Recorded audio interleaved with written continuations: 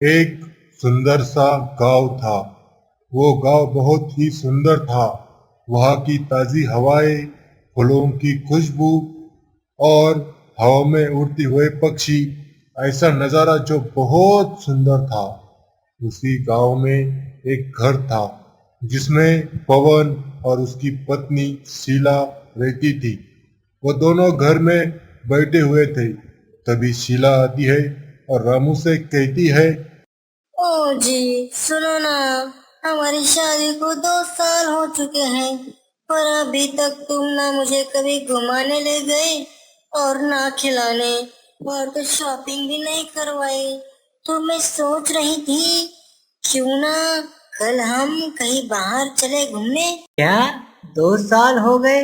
बाबा रे बाबा, कितने जल्दी जल्दी दिन निकल गए। ओ जाने दो घुमाना फिराना। मैं तुम्हें आज एक चॉकलेट लेके देता हूँ। हम दोनों मिलके आधा आधा खाएंगे, मजा आ जाएगा। हाय दैया, हे भगवान, किस कंजूस आदमी से मेरी शादी करवा दी आपने। भगवान, मैं तो लूट गई, बर्बाद हो गई। इसका मैं क्या करूं, कुछ तो करता ही नहीं। अगर मैं कम स्वाद वाला हूँ तो तुम शक्कर हो, जो सब कुछ मीठा बना देती हो। वाह, तुम तो मेरी चाय को महज एक पेय पदार्थ नहीं, बल्कि यह आदत बना देते हो। पवन, तुम्हारी बातें सुनते हुए ऐसा लगता है कि इसे मैं तुम्हारी चाय बनाकर सिर्फ तुम्हारी थकावट दूर कर रही हूँ। लेकिन तुम्हारी तारीफें सुनकर मुझे खुद को हल्का और ताजगी से भरा हुआ महसूस होता है। सच में तुम्हारे बिना तो मेरी चाय भी जैसे बेमजा और खाली सी हो जाती है। तुम तो शक्कर हो, मेरी चाय में मिलती है और हर बात को मीठा बना देती हो। लेकिन जब भी तुम थोड़ी ज्यादा शक्कर डाल देते हो, तो बस वही थोड़ी सी मिठास बहुत ज्यादा हो जाती है। अरे, तुम तो कह रही हो कि मेरी शक्कर ज्यादा मीठी हो जाती है, लेकिन शीला, तुम्हारे बिना तो कोई भी मीठा पेय अधूरा रहता है जान। तुम्हारी हर हिस्स बातों मिठास की मेरे जीवन की हर कठिनाई को और भी मीठा बना देती है शीला। जब तुम मेरे पास होती हो तो लगता है जैसे किसी चाय की दुकान में मैं अपने पसंदीदा कप की चाय पी रहा हूँ। और वैसे भी तुम मेरे लिए उस चाय की तरह हो जो सिर्फ मुझे ही नहीं बल्कि मेरे पूरे दिन को भी स्वादिष्ट सा बना देती हो, आनंद से भर देती है। तुम्हारी चाय की तरह तुम्हारी बातें भी मेरे जीवन में हमेशा ताजगी लाती है शीला। तुम समझते क्यों नहीं?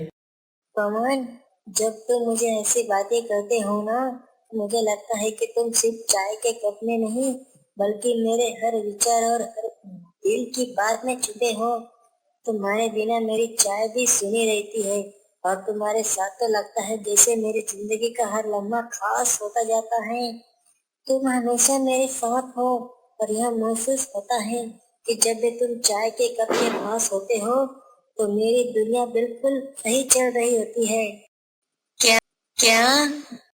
चम्मच। अरे, वो तो हर कटोरे में होता है। तुम्हें लगता है चम्मच डालने से ही दही बन जाता है। अगर मैं चम्मच ही चम्मच हूँ, तो मैं खुश हूँ, क्योंकि तुम तो दही के साथ खिचड़ी की हर तरह हो। बिना काम के बस पूछते रह जाते हो। अरे, वो इसलिए क्योंकि मैं खिचड़ी हूँ, सादा पर हर स्वाद के साथ बेहतरीन। स्वाद? तुम्हारा तो स्वाद बस मेरी चम्मच में ही आता है, ओ भी ज्यादा नहीं। कुछ दिनों बाद पवन ने एक नया विचार सोचा। उसने शीला से कहा, शीला, मैं सोच रहा हूँ कि इस बार मैं आलसी आदमी बनूं। क्या तुम मुझे आलसी बनने की सलाह दोगी? नहीं, मैं तो पूरे गांव में आलसी आदमी की मिसाल बनना चाहता हूँ शीला। नहीं, मैं तो पूरे गांव में आलसी आदमी की मिसाल बनना चाहता हूँ शीला।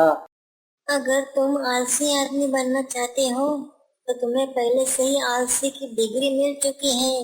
तुम बस आलसी विश्वविद्यालय में प्रोफेसर बन जाओ। शिला, तुम मुझे इतना चिढ़ा रही हो, लेकिन तुम भी कभी कभी आलसी बन जाती हो मेरी तरह। कुछ दिनों बाद पवन अपने खेत के पेड़ के नीचे बैठा था। जब शीला आई और पवन से पूछा, पवन, तुम पूरे दिन क्या सोचते रहते हो? खेत में काम करने के बजाय पेड़ के नीचे बैठकर आलसी की डिग्री ले रहे हो? नहीं, अब बहुत हुआ शिला। अब मैं पूरे गांव का सबसे आलसी आदमी बन जाऊं। मुझे पता है कि ये मैं पहले से ही आलसी हूँ, लेकिन अब ना, अब मैं इसे अगले रास स्तर पर ले जाना चाहता हूँ शिला। अरे, तुम तो पहले से ही आलसी हो। अब क्या प्रोफेसर बनना चाहते हो? इसका अलग से क्या कोर्स पढ़ाओगे? किसको पढ़ाओगे? हाँ हाँ हाँ, बिल्कुल। मैं जब आलसी विद्यालय का चांसलर बन जाऊंगा और आलस का पीएचडी करूंगा। हम्म, अगर तुम आलस के चांसर बनोगे तो तुम्हारे डिग्री में बिना काम किए भी खुश रहने का फॉर्मूला जरूर होगा। चलो, घर चलते हैं। चलो, बस हो गया अब। हाँ बिल्कुल बिल्कुल, और वो भी गंभीर आलस के साथ। चलो झंडो, चलो चला चांद मेरी, चलो चाय पीते हैं, चलो। जीवन में हंसी और मस्ती सबसे बड़ी दवा है। पवन और शीला की बातें हमें यह सिखाती है कि चाहे कितनी भी मुश्किलें आए, हंसी और मस्ती से जीवन खूबसूरत बन